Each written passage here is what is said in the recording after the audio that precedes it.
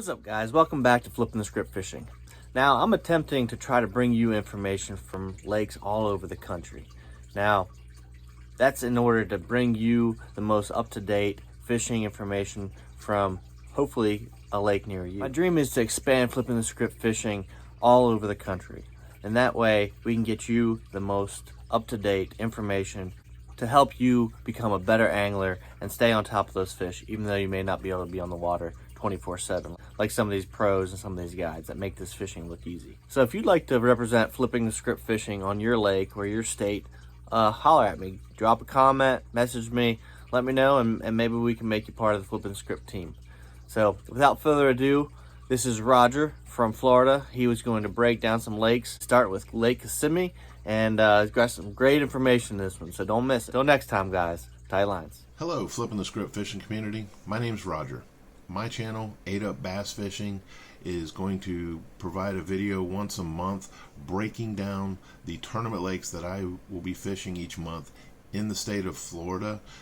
These breakdowns, I'm going to try and provide some good basic information about some of these lakes that you probably have heard of but may not know a whole lot about. I appreciate the offer to be included in this channel.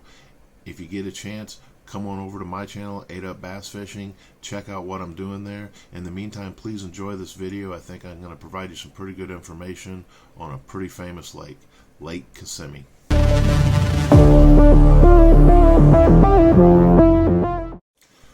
2022 has been an excellent year for bass fishing on Lake Kissimmee and the Kissimmee chain. Starting in February, the Bassmasters Southern Open took over 56 pounds for a 3-day total to win the tournament, including the single-day biggest bag of over 28 pounds. In April, the Toho Marine Pro Elite Team Series, it took over 26 pounds to win. That in itself is not as impressive as the fact that that same tournament produced over 12 bags of fish over 20 pounds. 3 of those bags were over 25 pounds, resulting in the one bag over 26 pounds that won the tournament. There have been multiple bags caught in different events, over 30 pounds for a one-day total, 5 fish limit. The lake is producing in great numbers. This should be a lot of fun. Lake Kissimmee, over 54 square miles of some of the most diverse bass fishing in the state of Florida. This natural form lake is again, like many of the other Florida lakes, a very shallow bowl subject to winds causing some pretty rough conditions at times. But when you get around the edges of Lake Kissimmee, you have such a diverse type of fishing that is available to you, from deeper water offshore grasses, including hydrilla and eelgrass, all the way up against the shore with the multiple layers of different kind of reeds and Kissimmee grass and other kind of vegetation brought in there. It makes extremely convenient travel lanes for your resident bass when it goes from summertime feeding offshore to time to spawn. It's a very diverse, very large lake. Many people find they never even need to leave Lake Kissimmee to have success in their tournaments. Okay, so here we go with Lake Kissimmee itself. As you can see, Lake Kissimmee is a kind of an odd shape. It's not a big round lake. It is a very large lake, as I had mentioned earlier. At the top northwest corner of the lake, you have the Kissimmee River flowing in, coming down from Lake Hatchnaha. It flows following this basic path through here all the way to the south, where it exits into the river system heading towards Lake Okeechobee. At the south end is your next water control gate. This does control the water flow out of Lake Kissimmee and therefore out of most of the Kissimmee chain. There is also a lock system, so boats can go through the locks, and you could run a boat all the way down to Lake Okeechobee.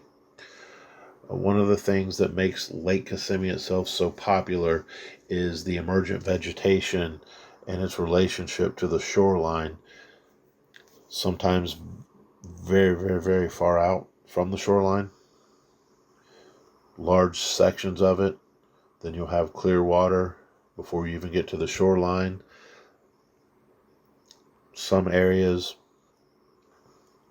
more like this, where you have whole sections of vegetation, pockets inside,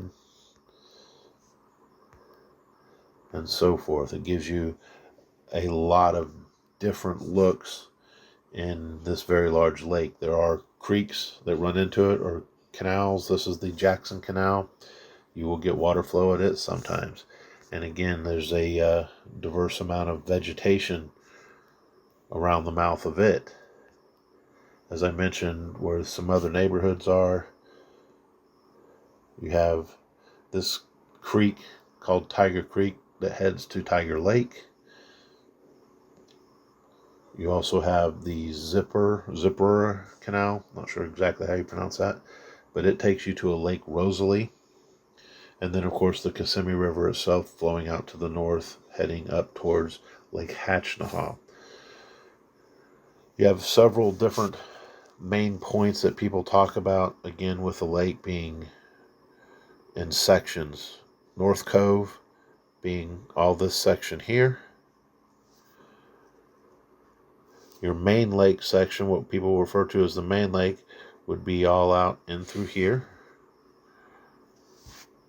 And then starting on the south end of Brahma Island would be what they consider the south end of the lake.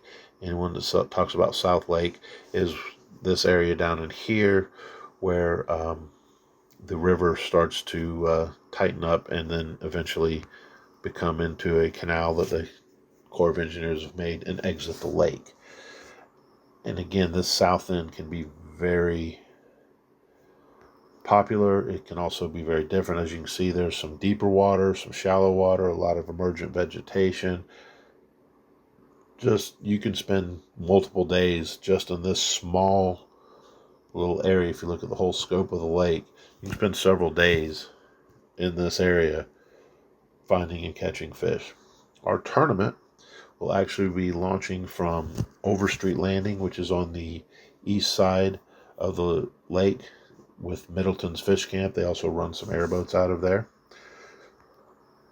From there, you come out past two of the smaller islands, which would be Ox Island and Rabbit Island. Just to the north, at the entrance of North Cove, basically, would be Sturm Island. You have this area in between them that is referred to as the pig trails. This can get very clogged up with vegetation. Sometimes you can run through it and navigate through it. Sometimes you can't. But if you ever hear anyone talk about the pig trails, this is the pig trail. It's a cut through if you're going from the upper end of North Cove towards the Kissimmee River. Again, very diversified right up here at the top of the river, where you can see a lot of different types of vegetation. You can also find trees, brush piles, a lot of different type stuff. Of course, around the mouth here, depending on what they are doing, you get different amounts of water flow as the Kissimmee River flows in up here. You also, depending on rain amounts, these two that I mentioned earlier, neither are controlled by anything, so it would just be rain amount that would lead to water running in or out of those canals and creeks there. There are also a lot of nickname places that locals know of, such as Seven Palms, as I'm showing you here. These are all basic navigational points that people look at.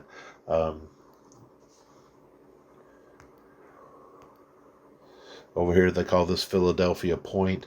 It is a very defined point, and again, as you zoom in on it, you can see it has its own diverse vegetation. In the middle of summer, when it's warm and the hydrilla really is topped out, this emergent vegetation will come, as you can see out here, it'll come all the way out here to nearly 9 foot of water. You can find lots of hydrilla and so forth just out in the main open lake. So these fish have a lot of cover a lot of structure, a lot of stuff that they can choose from when they want to travel, from feeding to the time of the year when it's time for the spawn up near their shallow spawning grounds. And there are so many different types of vegetation depending on what side of the lake, what part of the lake.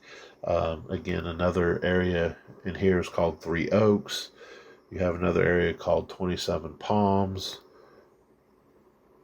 Again, with just massive vegetation, canals through them. There's trails and so forth between the vegetation, and you can go from 7-8 foot of water down to 2 foot of water very quickly, which again, when the spawn is on, you're going to find a lot of fish up in there. So really, it's a lake that can fish all by itself. Most of the time you don't even need to go to any of the other lakes. Very big lake. You can fish a whole lot of boats and never even see another competitor. Then again, you can find some of the areas and it seems like half the tournament is in a spot and everyone's just taking their turn. Very diverse lake though, and a lot of options for it. So as you can see here, Lake Hatchnahaw is a third the size of Lake Kissimmee. The lake is 14.77 square miles. From the one end of the longest part of it to the other is 5.37 miles. It is about 1.93 miles at the widest part across that section of the lake, so definitely a smaller lake. Okay, so here we go with Lake Hatchnahaw. It's a kind of an odd shaped lake compared to some of the ones we've looked at so forth, with the river coming in here, the Kissimmee River, flowing through its channel here, and then back into the actual river channel, which takes you down to Lake Kissimmee. The rest of the lake goes from here, heading to the west, northwest, is completely separated from any kind of water flow, with the exception of a couple creeks that feed in it. These creeks are very small. A lot of times you can't even find them because they're so overgrown, looking at them from the water back towards the shoreline. Up in the end of the lake here, you do have a fish camp. You actually have a neighborhood. There's a lot of docks and so forth up in here, with a little bit deeper water. Sometimes in winter months you get a cold front that comes through. It's not a bad place to go hide out of the wind and work some docks and try and catch a few fish, because there are fish up in there. Most people seem to concentrate. Again, you have basically a reed lined lake going around. This area of the lake, in my experience, does not have a lot of offshore vegetation. It does have some shell beds, and certain times of the year you can find the fish schooling over them. But for the most part, most people seem to concentrate, if they're not at fishing one of the few creek mouths, they seem to congregate in the smallest area of the lake, again, which is this Gator Cove, with the river flowing in and then back out of it. A lot of different vegetations in here. You get clumps of hyacinths that blow in and stack up. You've got a lot of the different reeds and weeds and hydrilla beds. And again, you have a main channel, as you can see by the depths, flowing through this between a tight point, and then taking you out. So again, depending on what they're doing with water flow, you can get quite a bit of water flow, which trickles all throughout in here, as well as this dead river, which leads up to Reedy Creek, which also goes into the next lake up, which is Lake Cypress. So you have two different points of water flowing from Cypress Lake to Hatchnahaw. So again, very diverse. Again, all your channel markers, as you can see on this map, are through here. And again, there's not a lot of people living on the lake except the one neighborhood, so you're not going to have a lot of boat traffic other than fishermen.